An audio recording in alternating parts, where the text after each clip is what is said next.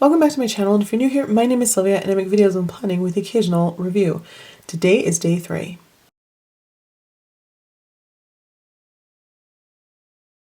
So day 3 of 1 month in my Bujo challenge, and I'm going to focus on the index for today.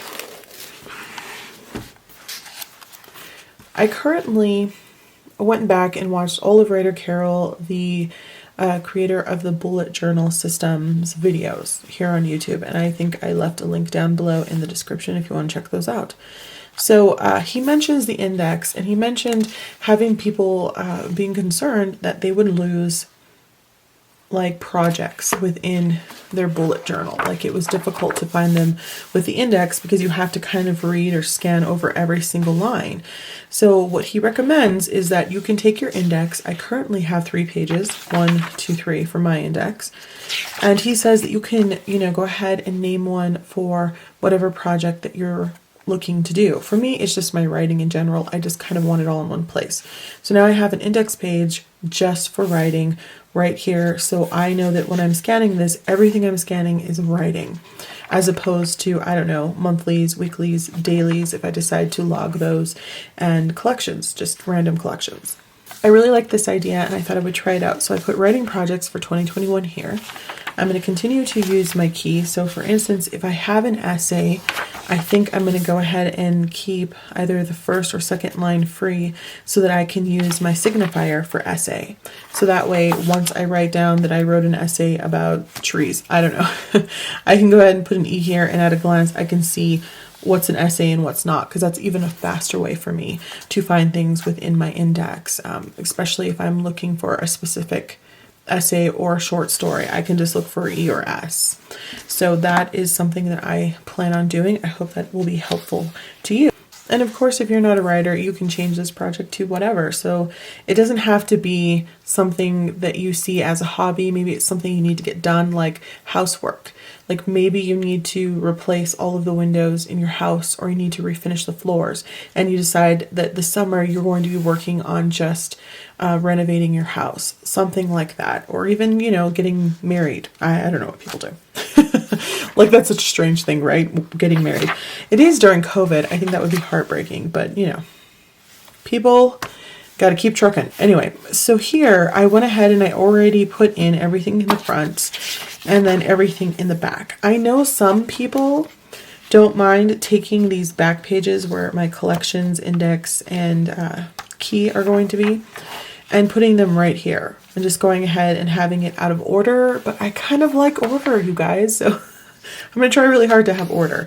My other concern was maybe I should have had 4 pages if I'm really going to work the index, maybe more. I didn't leave space in the spirit of bullet journaling because you can always thread. So threading's where you can put like a page number where this continues down at the bottom next to this page number. So I only did 3. I've decided, since I have less space, maybe I won't go ahead and index my dailies or my journaling pages, because those are not really things I tend to reference, because everything has either been migrated, scheduled, or stricken. So I think that will save me some space. So since I feel like I'm probably going to have only maybe 3 months, maybe 3.5 months. I've never made it through a full bullet journal like this before. So I don't really know how long it's going to take me to get through the entire thing. I'm thinking that probably 3 months, 3.5 months.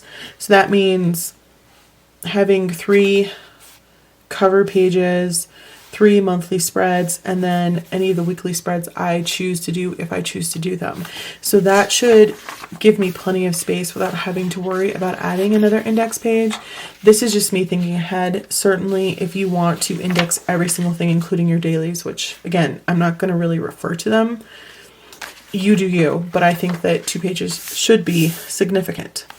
I hope. And I'm rambling. Okay, so anyway, that's what I'm going to be doing with my index.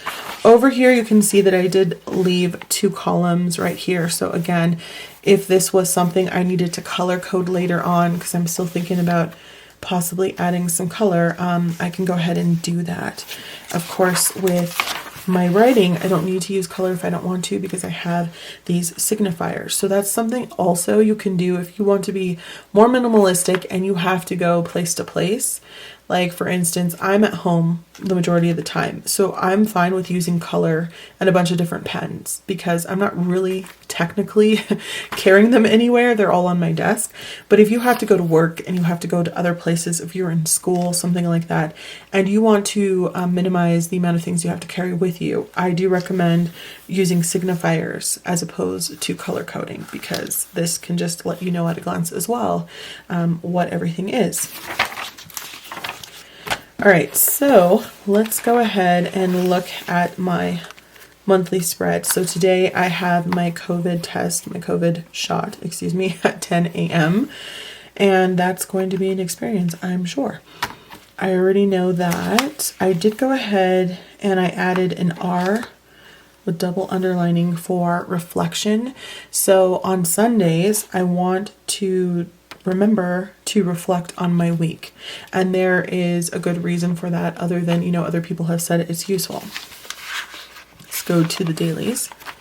Sorry, I got a call that I had to take. It was just actually the clinic reminding me that I have an appointment in a couple of hours. So I had to answer that. And now I've forgotten where I was. We talked about the key.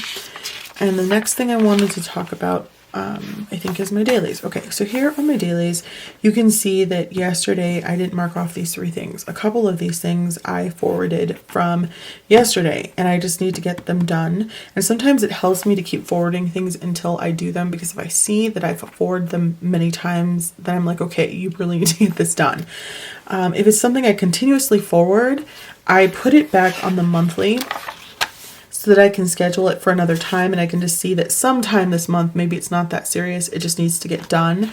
Or you can go ahead and you can put a schedule sign, which is in the opposite direction to the left.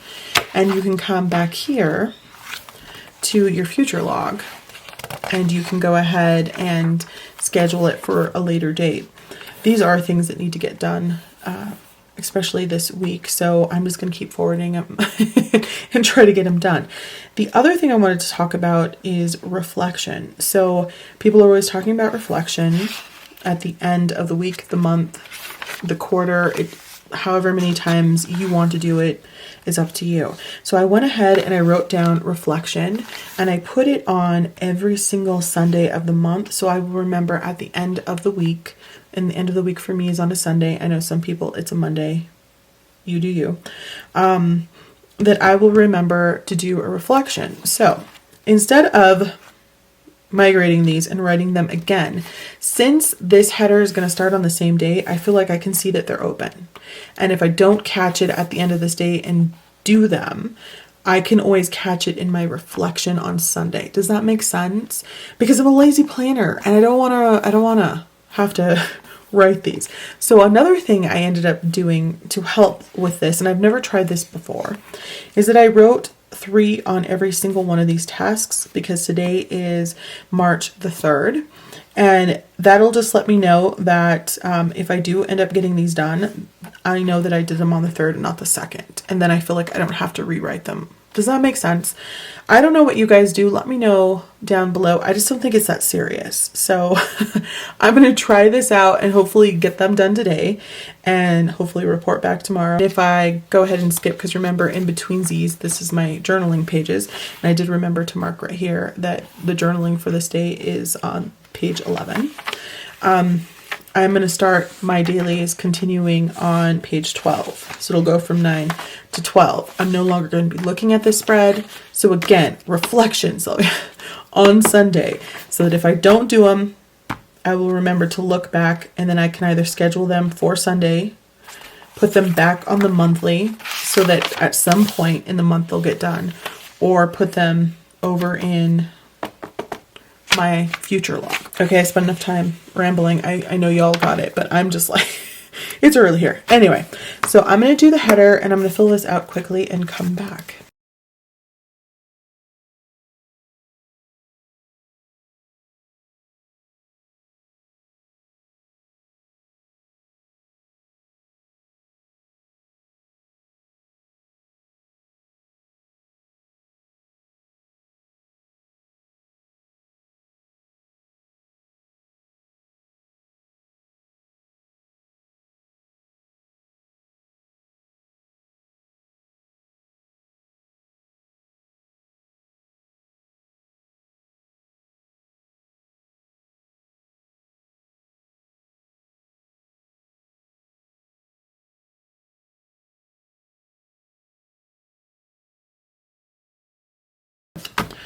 Early release day. I'm gonna make mashed taters because Jay went to the dentist and had some work done. COVID shot, food prep today, even though I usually do this on the weekend, I didn't because I got busy. Read and choose a new book. I was reading a physical book that was too heavy for my wrist, so I stopped reading, and I use that as an excuse not to read anymore. But I need to get back on it, so if I can't just lay on my belly and read that book, then I need to, pick out of the 30 or 40 books I have on my Kindle, because I can hold that with one hand. Maintenance blog, check AliExpress message. This pissed me off, y'all. Here's the thing. I always thought of AliExpress like Amazon, and that's not true. It's more like Etsy in the way that you buy from individual sellers, right? I ordered a traveler's notebook and I was so excited, and I had ordered something else at the same time, but it was from a different seller, and that came in like a week ago. And so I was just sitting here like, where the hell is my traveler's notebook? So I asked Jay, because he also orders from AliExpress, and he told me, well, see if they left you a message or anything. And I was like, what are you talking about? Because I've ordered like 3 or 4 times from AliExpress, but I've never had an issue. So I didn't know it was a thing that I could do or whatever. So on Etsy, like usually if a shop has an issue or they have a problem and they need to ask questions, they will message you through Etsy, and I hate it. I hate that because I never check it. I never get any kind of notification that I have a message. So it doesn't work for me. I don't know if they don't have your direct email. Apparently that's not their job, and I can appreciate that it's not, but it's really irritating for me. So that happened to me, I think twice, and I've been shopping on Etsy for like 4 or 5 years. And now I just know that if there's an issue, I should probably check in like a week later just to make sure that they haven't messaged me about anything. And I'm better about that. I was not aware about that when it comes to AliExpress. So 4 weeks and change, I was like, what's going on? 5 weeks came around and I was like, I should probably figure this out. And so I went and looked at the message, and he was right. There was one, like not even a few days after I ordered my package, right? And it basically said that they apologized, but the color of notebook that I chose is no longer in stock, and they didn't realize that at the time, and would I like a different color. So for 5 weeks, that's just, well, 4.5, that's just been sitting there waiting for a response, and they didn't refund me my money, and they didn't try to get to me or figure out something else, another way to reach me at all. I don't know if they have access to my email, because I do have to sign in with AliExpress in an email. This is a rant, okay? I totally appreciate that it's probably not their job to hunt me down, but I felt like, because I'm an idiot and I clearly just didn't know, and no one ever let me know, I didn't know that there was messages. So I messaged them yesterday and said, I'll take the white one or the gray one. And so today I need to remember to go back on there and keep checking to see if they respond, or if they're like, yeah, that was a long time ago, we don't know what you're talking about. So, how do you guys feel about that? Is it totally just me? Does everyone know that they're supposed to be looking for messages? I was just a naive person who thought that it was just on its way, because I just know AliExpress takes a long time and I've never had an issue like this before.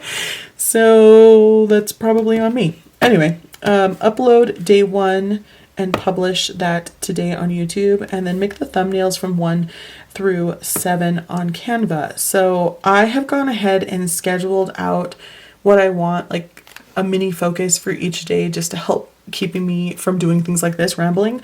And so I can go ahead and make those thumbnails, and I've already written them down, so I know what to do. And I think that's everything I'm going to put on for right now.